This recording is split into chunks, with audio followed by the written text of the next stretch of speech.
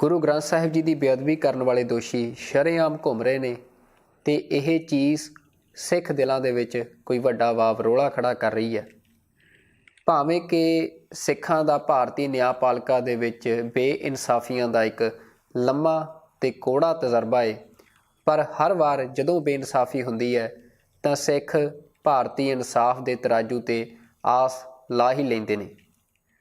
ਪਰ ਇਸ ਵਾਰ ਤਾਂ ਭਾਰਤੀ ਰਾਜ ਪ੍ਰਬੰਧ ਦੇ ਇੱਕ ਵੱਡੇ ਸਿਪਾਹ ਸਲਾਰ ਨੇ ਵੀ ਇਹ ਗੱਲ ਮੰਨ ਲਈ ਹੈ ਕਿ ਬੇਅਦਬੀਆਂ ਦਾ ਇਨਸਾਫ ਭਾਰਤੀ ਅਦਾਲਤ ਤੋਂ ਨਹੀਂ ਮਿਲ ਸਕਦਾ। ਇਹ ਇਨਸਾਫ ਸਿਰਫ ਗੁਰੂ ਗੋਬਿੰਦ ਸਿੰਘ ਪਾਤਸ਼ਾਹ ਦੀ ਅਦਾਲਤ ਵਿੱਚੋਂ ਹੀ ਮਿਲ ਸਕਦਾ ਹੈ। ਗੁਰੂ ਗ੍ਰੰਥ ਸਾਹਿਬ ਜੀ ਦੀ ਬੇਅਦਬੀ ਤੋਂ ਦੁਖੀ ਹੋਈਆਂ ਸੰਗਤਾਂ ਕੋਟਕਪੁਰਾ ਵਿਖੇ ਧਰਨਾ ਲਾਈ ਬੈਠੀਆਂ ਸਨ। ਕੁੱਲ ਜਹਾਨ ਨੇ ਦੇਖਿਆ ਕਿ ਪੰਜਾਬ ਪੁਲਿਸ ਨੇ ਸ਼ਾਂਤਮਈ ਬੈਠੀ ਸੰਗਤ ਉੱਤੇ ਲਾਠੀਚਾਰਜ ਕੀਤਾ, ਗੋਲੀਆਂ ਚਲਾਈਆਂ। ਕੋਟਕਪੂਰੇ ਦੇ ਚੌਂਕ ਵਿੱਚ ਜਦੋਂ ਪੁਲਿਸੀਆਂ ਨੂੰ ਰੱਜ ਨਾ ਆਇਆ ਤਾਂ ਥੋੜ੍ਹੀ ਦੂਰ ਬਾਈਬਲ ਕਲਾਂ ਪਿੰਡ ਦੇ ਮੋੜ 'ਤੇ ਇਕੱਠੀ ਹੋਈ ਸੰਗਤ 'ਤੇ ਗੋਲੀਆਂ ਚਲਾ ਦਿੱਤੀਆਂ, ਜਿਸ ਵਿੱਚ 2 ਸਿੰਘ ਸ਼ਹੀਦ ਹੋ ਗਏ ਤੇ ਕਈ ਜ਼ਖਮੀ ਹੋਏ। ਪਰ ਭਾਰਤੀ ਅਦਾਲਤ ਨੂੰ ਯਕੀਨ ਹੀ ਨਹੀਂ ਕਿ ਸਿੰਘ ਸ਼ਹੀਦ ਹੋਏ। ਉਹ ਤਾਂ ਯਕੀਨ ਨਾਲ ਇਹ ਵੀ ਨਹੀਂ ਮੰਨ ਰਹੀ ਕਿ ਗੁਰੂ ਗ੍ਰੰਥ ਸਾਹਿਬ ਜੀ ਦੀ ਬੇਅਦਬੀ ਵੀ ਹੋਈ। 6 ਸਾਲਾਂ ਵਿੱਚ ਅਦਾਲਤ ਜਦੋਂ ਇਹ ਨਹੀਂ ਯਕੀਨ ਨਾਲ ਮੰਨ ਰਹੀ ਕਿ ਗੁਨਾਹ ਹੋਏ ਤਾਂ ਫਿਰ ਇਨਸਾਫ ਮਿਲਣ ਦਾ ਯਕੀਨ ਕੌਣ ਕਰੇ। ਇਹ ਗੱਲਾਂ ਅਸੀਂ ਨਹੀਂ ਕਹਿ ਰਹੇ, ਇਹ ਗੱਲਾਂ ਪੰਜਾਬ ਅਤੇ ਹਰਿਆਣਾ ਹਾਈ ਕੋਰਟ ਦੇ ਜੱਜ ਰਾਜਵੀਰ ਸਹਿਰਾਵਤ ਨੇ ਬੀਤੇ ਦਿਨੀ ਕੋਟਕਪੁਰਾ ਗੋਲੀ ਕਾਂਡ ਦੇ ਮਾਮਲੇ 'ਚ ਸੁਣਾਏ ਫੈਸਲੇ ਵਿੱਚ ਕਹੀਆਂ। 9 ਅਪ੍ਰੈਲ 2021 ਨੂੰ ਦੋਸ਼ੀ ਪੁਲਿਸ ਅਫਸਰਾਂ ਵੱਲੋਂ ਪਾਈ ਪਟੀਸ਼ਨ 'ਤੇ ਸੁਣਵਾਈ ਦਾ ਫੈਸਲਾ ਸੁਣਾਉਂਦਿਆਂ ਇਸ ਜੱਜ ਨੇ ਬੇਅਦਬੀ ਅਤੇ ਗੋਲੀ ਕਾਂਡ ਨਾਲ ਜੁੜੇ ਮਾਮਲਿਆਂ ਦੀ ਜਾਂਚ ਕਰਨ ਵਾਲੀ ਖਾਸ ਜਾਂਚ ਟੀਮ ਸਿੱਟ ਦੀ ਸਾਰੀ ਜਾਂਚ ਨੂੰ ਰੱਦ ਕਰ ਦਿੱਤਾ ਸੀ ਅਤੇ ਸਿੱਟ ਵਿੱਚ ਸਭ ਤੋਂ ਮੋਹਰੀ ਭੂਮਿਕਾ ਨਿਭਾਉਣ ਵਾਲੇ IG ਕੁੰਵਰ ਵਿਜੇ ਪ੍ਰਤਾਪ ਨੂੰ ਬਾਹਰ ਕਰਕੇ ਨਵੀਂ ਸਿੱਟ ਬਣਾਉਣ ਦੇ ਹੁਕਮ ਦਿੱਤੇ ਸਨ। ਜਿਵੇਂ ਜਿਵੇਂ ਜੱਜ ਵੱਲੋਂ ਲਿਖਿਆ ਇਹ ਫੈਸਲਾ ਪੜ੍ਹੀ ਜਾਂਦੇ ਆ, ਹੈਰਾਨ ਹੋਈ ਜਾਂਦੇ ਆ।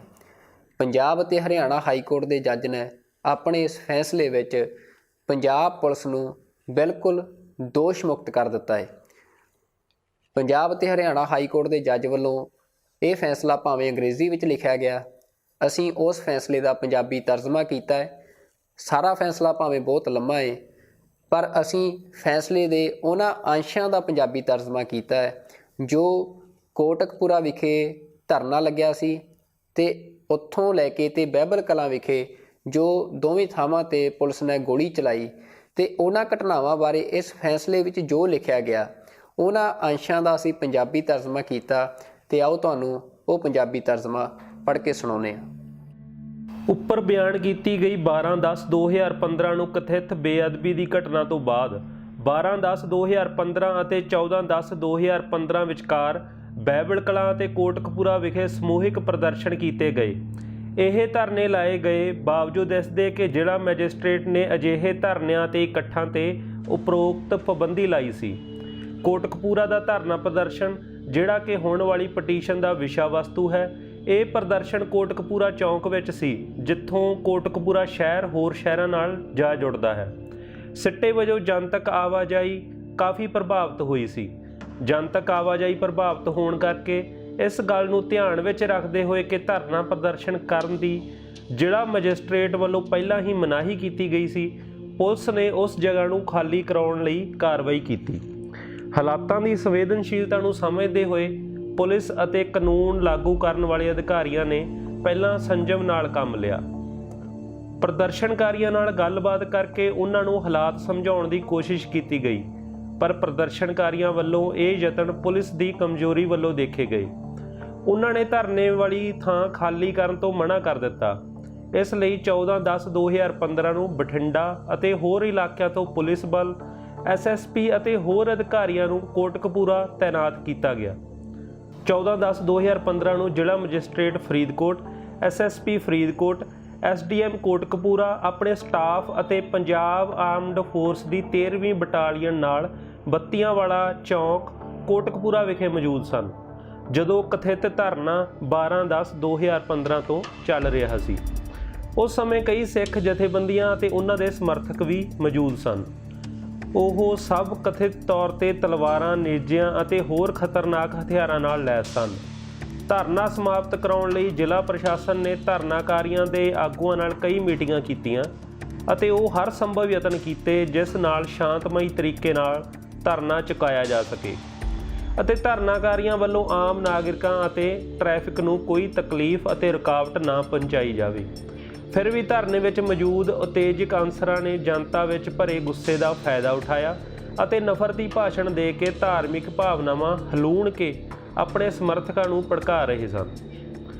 ਇਹਨਾਂ ਆਗੂਆਂ ਨੇ ਭੀੜ ਨੂੰ ਪੁਲਿਸ ਤੇ ਹਮਲਾ ਕਰਨ ਅਤੇ ਮਾਰ ਦੇਣ ਅਤੇ ਪੁਲਿਸ ਵਹੀਕਲਾਂ ਤੇ ਜਨਤਕ ਸੰਪત્ਤੀ ਦਾ ਨੁਕਸਾਨ ਕਰਨ ਲਈ ਉਕਸਾਇਆ।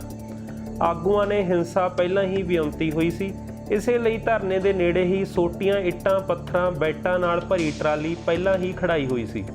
ਧਰਨਾ ਹਟਾਉਣ ਲਈ ਪੁਲਿਸ ਨੇ ਕੁਝ ਆਗੂਆਂ ਅਤੇ ਧਰਨਾਕਾਰੀਆਂ ਨੂੰ ਗ੍ਰਿਫਤਾਰ ਕਰਨ ਦੀ ਕੋਸ਼ਿਸ਼ ਕੀਤੀ। ਇਸ ਟੀਚੇ ਲਈ PRTC ਦੀਆਂ ਬੱਸਾਂ ਪੁਲਿਸ ਅਤੇ ਜ਼ਿਲ੍ਹਾ ਪ੍ਰਸ਼ਾਸਨ ਵੱਲੋਂ ਮੰਗਾਈਆਂ ਗਈਆਂ।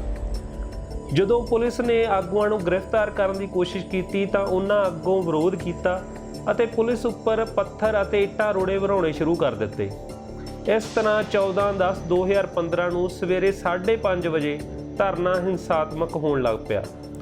ਪਟੀਸ਼ਨਰ ਗੁਰਦੀਪ ਸਿੰਘ ਕੋਟਕਪੂਰਾ ਸ਼ਹਿਰ ਦੇ SHO ਵਜੋਂ ਤੈਨਾਤ ਸਨ ਅਤੇ ਹੈੱਡ ਕਾਂਸਟੇਬਲ ਰਿਸ਼ਪਾਲ ਸਿੰਘ ਜੋ ਕਿ 31/10/2018 ਨੂੰ ਰਿਟਾਇਰ ਹੋ ਚੁੱਕੇ ਹਨ, Punjab armed force police Chandigarh ਦੀ 13ਵੀਂ ਬਟਾਲੀਅਨ ਵਿੱਚ ਸੇਵਾ ਨਿਭਾ ਰਹੇ ਸਨ। 13/10/2015 ਨੂੰ ਪਟੀਸ਼ਨਰ ਅਤੇ ਇਸ ਬਟਾਲੀਅਨ ਦੇ ਹੋਰ ਵਿਅਕਤੀਆਂ ਨੂੰ ਕੋਟਕਪੂਰਾ ਵਿੱਚ ਹੋ ਰਹੇ ਪ੍ਰਦਰਸ਼ਨਾਂ ਨੂੰ ਕਾਬੂ ਕਰਨ ਲਈ ਜ਼ਿਲ੍ਹਾ ਫਰੀਦਕੋਟ ਵੱਲੋਂ ਸੱਦਿਆ ਗਿਆ। ਕਿਉਂਕਿ petitioner Gurdeep Singh police station city Kotkapura ਦੇ SHO ਵਜੋਂ ਤੈਨਾਤ ਸਨ ਅਤੇ ਘਟਨਾਵਾਂ ਉਸ ਦੇ ਇਲਾਕੇ ਵਿੱਚ ਹੀ ਘਟ ਰਹੀਆਂ ਸਨ, ਇਸ ਲਈ ਉਹ ਇਸ ਤਣਾਅਪੂਰਨ ਮਾਹੌਲ ਵਿੱਚ ਸਥਿਤੀ ਨੂੰ ਕਾਬੂ ਕਰਨ ਲਈ ਸਰਗਰਮ ਭੂਮਿਕਾ ਨਿਭਾ ਰਿਹਾ ਸੀ। ਇਸ ਲਈ ਜਿਵੇਂ ਕਿ ਉੱਪਰ ਦੱਸਿਆ ਗਿਆ ਹੈ, 14/10/2015 ਨੂੰ ਧਰਨਾ ਹਿੰਸਕ ਹੋ ਗਿਆ ਸੀ। ਉਸ ਨੇ SDM ਕੋਲ, ਜੋ ਕਿ ਮੌਕੇ ਤੇ ਮੌਜੂਦ ਸੀ, ਹੰਝੂ ਗੈਸ ਅਤੇ ਜਲ ਤੋਪਾਂ ਵਰਤਣ ਦੀ ਇਜਾਜ਼ਤ ਲੈਣ ਲਈ ਅਰਜ਼ੀ ਦਿੱਤੀ। SDM ਨੇ ਮੌਕੇ ਤੇ ਮੌਜੂਦ ਹੋਣ ਕਰਕੇ ਸਥਿਤੀ ਨੂੰ ਭਾਂਪਦੇ ਹੋਏ ਹੰਝੂ ਗੈਸ ਅਤੇ ਜਲ ਤੋਪਾਂ ਨਾਲ ਧਰਨਾਕਾਰੀਆਂ ਨੂੰ ਖਦੇੜਨ ਦੀ ਇਜਾਜ਼ਤ ਦੇ ਦਿੱਤੀ, ਜਿਸ ਅਨੁਸਾਰ ਹੀ ਪੁਲਿਸ ਨੇ ਜਲ ਤੋਪਾਂ ਦਾ ਤੇਜ਼ ਵਹਾਅ ਅਤੇ ਹੰਝੂ ਗੈਸ ਦੇ ਗੋਲੇ ਧਰਨਾਕਾਰੀਆਂ ਦੇ ਸੁੱਟੇ। ਇਸ ਐਕਸ਼ਨ ਨਾਲ ਧਰਨਾਕਾਰੀ ਭੜਕ ਉੱਠੇ ਅਤੇ ਪੁਲਿਸ ਤੇ ਹਮਲਾ ਕਰਨਾ ਸ਼ੁਰੂ ਕਰ ਦਿੱਤਾ। ਇਸ ਤੋਂ ਬਾਅਦ ਪਟੀਸ਼ਨਰ ਨੇ ਇੱਕ ਹੋਰ ਅਰਜ਼ੀ SDM ਨੂੰ ਪੇਸ਼ ਕੀਤੀ, ਜਿਸ ਵਿੱਚ ਧਰਨਾਕਾਰੀਆਂ ਦੀ ਵੱਡੀ ਗਿਣਤੀ ਕਾਰਨ ਲਾਠੀਚਾਰਜ ਕਰਨ ਦੀ ਇਜਾਜ਼ਤ ਮੰਗੀ ਗਈ। ਧਰਨਾਕਾਰੀਆਂ ਦੀ ਵੱਡੀ ਗਿਣਤੀ ਨੂੰ ਧਿਆਨ ਵਿੱਚ ਰੱਖਦੇ ਹੋਏ ਅਤੇ ਇਹ ਦੇਖਦੇ ਹੋਏ ਕਿ ਵੱਡੀ ਮਾਤਰਾ ਵਿੱਚ ਸਰਵਜਨਕ ਸੰਪત્ਤੀ ਅਤੇ ਪੁਲਿਸ ਵਹੀਕਲਾਂ ਦੀ ਭੰਨ ਤੋੜ ਦਾ ਖਦਸ਼ਾ ਸੀ, ਇਹ ਇਜਾਜ਼ਤ ਵੀ ਮੌਕੇ ਤੇ ਮੌਜੂਦ SDM ਵੱਲੋਂ ਦੇ ਦਿੱਤੀ ਗਈ। ਜਦੋਂ ਪੁਲਿਸ ਨੇ ਪ੍ਰਦਰਸ਼ਨਕਾਰੀਆਂ ਤੇ ਲਾਠੀਚਾਰਜ ਕੀਤਾ, ਉਹ ਭੜਕ ਗਏ ਅਤੇ ਜਨਤਕ ਸੰਪत्ति ਦਾ ਨੁਕਸਾਨ ਕਰਨਾ ਸ਼ੁਰੂ ਕਰ ਦਿੱਤਾ ਅਤੇ ਪ੍ਰਾਈਵੇਟ ਵਹੀਕਲ ਵੀ ਮਚਾ ਦਿੱਤੇ। ਪੁਲਿਸ ਕਰਮੀਆਂ ਤੇ ਪੁਲਿਸ ਸਟੇਸ਼ਨ ਤੇ ਵੀ ਹਮਲਾ ਕਰ ਦਿੱਤਾ ਗਿਆ, ਜਿਹੜਾ ਕਿ ਘਟਨਾ ਵਾਲੀ ਥਾਂ ਤੋਂ 200 ਗਜ ਦੂਰ ਸੀ। ਲਾਠੀਚਾਰਜ ਦੀ ਵਰਤੋਂ ਵੀ ਸਥਿਤੀ ਨੂੰ ਕਾਬੂ ਹੇਠ ਨਾ ਕਰ ਸਕੀ, ਸਗੋਂ ਧਰਨਾਕਾਰੀਆਂ ਨੇ ਪੁਲਿਸ ਕਰਮੀਆਂ ਤੇ ਹੋਰ ਨਿਡਰ ਹੋ ਕੇ ਹਮਲਾ ਸ਼ੁਰੂ ਕਰ ਦਿੱਤਾ ਸੀ। ਸਿੱਟੇ ਵਜੋਂ ਕਈ ਪੁਲਿਸ ਕਰਮੀਆਂ ਦੇ ਗੰਭੀਰ ਸੱਟਾਂ ਲੱਗੀਆਂ। ਇਸ ਤਰ੍ਹਾਂ ਪਟੀਸ਼ਨਰ ਨੇ SDM, ਜੋ ਕਿ ਅਜੇ ਵੀ ਮੌਕੇ ਤੇ ਮੌਜੂਦ ਸਨ, ਨੂੰ ਤੀਜੀ ਅਰਜ਼ੀ ਦੇ ਕੇ ਅੰਦੋਲਨਕਾਰੀਆਂ ਤੇ ਆਤਮ ਰੱਖਿਆ ਅਤੇ ਧਰਨਾਕਾਰੀਆਂ ਨੂੰ ਨਿਖੇੜਨ ਲਈ ਗੋਲੀ ਚਲਾਉਣ ਦੀ ਇਜਾਜ਼ਤ ਮੰਗੀ। ਸਥਿਤੀ ਦੀ ਗਹਿਰਾਈ ਨੂੰ ਦੇਖਦੇ ਹੋਏ SDM ਨੇ ਗੋਲੀ ਚਲਾਉਣ ਦੀ ਇਜਾਜ਼ਤ ਵੀ ਦੇ ਦਿੱਤੀ। ਹਾਲਾਂਕਿ ਹੁਕਮ ਸਿਰਫ ਹਵਾ ਵਿੱਚ ਗੋਲੀਆਂ ਚਲਾਉਣ ਦਾ ਦਿੱਤਾ ਗਿਆ। ਜਦੋਂ ਪੁਲਿਸ ਹਵਾਈ ਫਾਇਰ ਕਰ ਰਹੀ ਸੀ, ਸਥਿਤੀ ਸਗੋਂ ਹੋਰ ਬੁਰੀ ਤਰ੍ਹਾਂ ਬੇਕਾਬੂ ਹੋ ਗਈ ਅਤੇ ਭੀੜ ਨੇ ਵੱਡੀ ਪੱਧਰ ਤੇ ਹਿੰਸਾ ਸ਼ੁਰੂ ਕਰ ਦਿੱਤੀ, ਜਿਸ ਵਿੱਚ 50 ਦੇ ਕਰੀਬ ਪੁਲਿਸ ਮੁਲਾਜ਼ਮਾਂ ਨੂੰ ਸੱਟਾਂ ਲੱਗੀਆਂ। 14/10/2015 ਨੂੰ ਹੀ ਪਰ ਕੁਝ ਸਮੇਂ ਬਾਅਦ ਫਰੀਦਕੋਟ ਜ਼ਿਲ੍ਹੇ ਵਿੱਚ ਬਹਿਬਲ ਕਲਾਂ ਵਿਖੇ ਵੀ ਪ੍ਰਦਰਸ਼ਨ ਚੱਲ ਰਿਹਾ ਸੀ, ਜਿੱਥੇ ਕਿ ਬਾਜਾਖਾਨਾ ਥਾਣੇ ਅਧੀਨ ਆਉਂਦੇ ਇਸ ਥਾਂ ਤੇ ਵੀ ਪ੍ਰਦਰਸ਼ਨਕਾਰੀਆਂ ਦੇ ਭੜਕ ਜਾਣ ਦੀ ਸਥਿਤੀ ਵਿੱਚ ਪੁਲਿਸ ਨੇ ਗੋਲੀ ਚਲਾਈ ਸੀ। ਇਸ ਕਥਿਤ ਫਾਇਰਿੰਗ ਵਿੱਚ 2 ਜਣਿਆਂ ਦੀ ਜਾਨ ਚਲੀ ਗਈ। ਸੋ ਇਹ ਤੁਸੀਂ ਸਾਰਾ ਜੋ ਸੁਣਿਆ, ਇਹ ਅਸੀਂ ਕੋਈ ਆਪਣੇ ਕੋਲੋਂ ਗੱਲ ਨਹੀਂ ਕਹੀ ਆ, ਇਹ ਸਾਰੀ ਗੱਲ ਫੈਸਲੇ ਵਿੱਚ ਲਿਖੀ ਹੋਈ ਆ। ਫੈਸਲੇ ਨੂੰ ਜਦੋਂ ਅਸੀਂ ਪੜ੍ਹਦੇ ਹਾਂ ਜਾਂ ਸੁਣਦੇ ਹਾਂ, ਉਸ ਤੋਂ ਕੋਈ ਵੀ ਬੰਦਾ ਇਹ ਪ੍ਰਭਾਵ ਲੈ ਸਕਦਾ ਹੈ ਕਿ ਪੁਲਿਸ ਨੇ ਜੋ ਵੀ ਕੀਤਾ ਉਹ ਅਮਨ ਕਾਨੂੰਨ ਨੂੰ ਬਹਾਲ ਰੱਖਣ ਲਈ ਕੀਤਾ।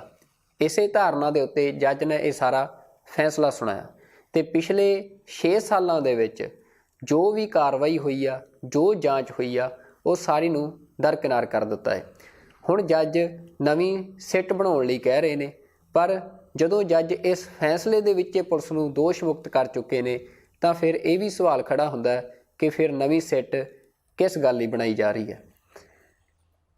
ਭਾਵੇਂ ਕਿ ਗੱਲਾਂ ਇਸ ਫੈਸਲੇ ਦੇ ਵਿੱਚ ਹੋਰ ਵੀ ਬੜੀਆਂ ਨੇ, ਪਰ ਅਸੀਂ ਇਹ ਪ੍ਰੋਗਰਾਮ ਇਸ ਫੈਸਲੇ ਦੇ ਸਿਰਫ ਉਹਨਾਂ ਪਹਿਲੂਆਂ 'ਤੇ ਕੀਤਾ ਜੋ ਕੋਟਕਪੂਰਾ ਗੋਲੀकांड ਦੇ ਨਾਲ ਸੰਬੰਧਿਤ ਸੀ, ਜਾਂ ਬਹਿਬਲ ਕਲਾਂ ਗੋਲੀकांड ਬਾਰੇ ਜੋ ਟਿੱਪਣੀ ਜੱਜ ਨੇ ਆਪਣੇ ਇਸ ਫੈਸਲੇ 'ਚ ਕੀਤੀ ਆ। ਕਿਉਂਕਿ ਜੱਜ ਨੇ ਆਪਣੇ ਇਸ ਫੈਸਲੇ ਦੇ ਵਿੱਚ ਇਹ ਖਾਸ ਤੌਰ 'ਤੇ ਜ਼ਿਕਰ ਕੀਤਾ ਸੀ ਕਿ ਇਹ ਫੈਸਲਾ ਬੇਅਦਬੀ ਦੀਆਂ ਘਟਨਾਵਾਂ ਨਾਲ ਜਾਂ ਬੇਅਦਬੀ ਦੇ ਮਾਮਲੇ ਨਾਲ ਸੰਬੰਧਿਤ ਨਹੀਂ ਆ। ਇਹ ਫੈਸਲਾ ਸਿਰਫ ਕੋਟਕਪੂਰਾ ਗੋਲੀकांड ਦੇ ਨਾਲ ਸੰਬੰਧਿਤ ਹੈ। ਪਰ ਸਾਰੀ ਦੁਨੀਆ ਨੇ ਦੇਖਿਆ ਸੀ ਕਿ ਜੋ ਕੋਟਕਪੂਰਾ ਵਿਖੇ ਵਾਪਰਿਆ ਸੀ, ਜਾਂ ਜਿਵੇਂ ਬਹਿਬਲ ਕਲਾਂ ਵਿਖੇ ਪੁਲਿਸ ਕਾਰਵਾਈ ਵਿੱਚ 2 ਸਿੰਘ ਸ਼ਹੀਦ ਹੋਏ ਸੀ। ਪਰ ਹੁਣ ਜੱਜ ਇਹ ਸਾਰੀ ਗੱਲ ਨੂੰ ਜਿਵੇਂ ਆਪਣੇ ਫੈਸਲੇ ਦੇ ਵਿੱਚ ਪੇਸ਼ ਕਰ ਰਹੇ ਨੇ, ਉਹ ਅਸੀਂ ਤੁਹਾਡੇ ਨਾਲ ਸਾਂਝੀ ਕੀਤੀ ਆ। ਜਿਵੇਂ ਕੁੰਵਰ ਵਿਜੇ ਪ੍ਰਤਾਪ ਨੇ ਇਹ ਗੱਲ ਕਹੀ ਸੀ ਕਿ ਫੈਸਲਾ ਇਨਸਾਫ ਦਾ ਗੁਰੂ ਗੋਬਿੰਦ ਸਿੰਘ ਪਾਤਸ਼ਾਹ ਦੀ ਅਦਾਲਤ ਵਿੱਚ ਹੋਣਾ ਹੈ। ਜੱਜ ਦਾ ਜੋ ਫੈਸਲਾ ਸੀ ਉਹ ਅਸੀਂ ਲੋਕਾਂ ਦੀ ਅਦਾਲਤ ਵਿੱਚ ਤੁਹਾਡੇ ਸਾਹਮਣੇ ਪੜ੍ਹ ਕੇ ਸੁਣਾਇਆ ਹੈ। ਫੈਸਲਾ ਤੁਸੀਂ ਕਰਨਾ ਕਿ ਜੱਜ ਸਹੀ ਹੈ ਜਾਂ ਗਲਤ ਹੈ। ਹਾਲਾਂਕਿ ਅਦਾਲਤਾਂ ਇਹ ਗੱਲ ਕਹਿੰਦੀਆਂ ਨੇ ਕਿ ਜੋ ਫੈਸਲਾ ਅਦਾਲਤ ਕਰਦੀ ਹੈ ਉਹ ਅਖੀਰੀ ਫੈਸਲਾ ਉਸ 'ਤੇ ਕਿੰਤੂ ਪ੍ਰੰਤੂ ਨਹੀਂ ਕੀਤਾ ਜਾ ਸਕਦਾ। ਪਰ ਸ਼ਾਇਦ ਜੱਜ ਹਮੇਸ਼ਾ ਸਹੀ ਨਹੀਂ ਹੁੰਦੇ, ਅਤੇ ਜੱਜ ਜੇ ਹਮੇਸ਼ਾ ਸਹੀ ਹੁੰਦੇ ਤਾਂ ਸ਼ਾਇਦ ਅੱਜ ਦੁਨੀਆ 'ਚ ਬੇਇਨਸਾਫੀ ਨਹੀਂ ਹੁੰਦੀ। ਵਾਹਿਗੁਰੂ ਜੀ ਕਾ ਖਾਲਸਾ, ਵਾਹਿਗੁਰੂ ਜੀ ਕੀ ਫਤਿਹ।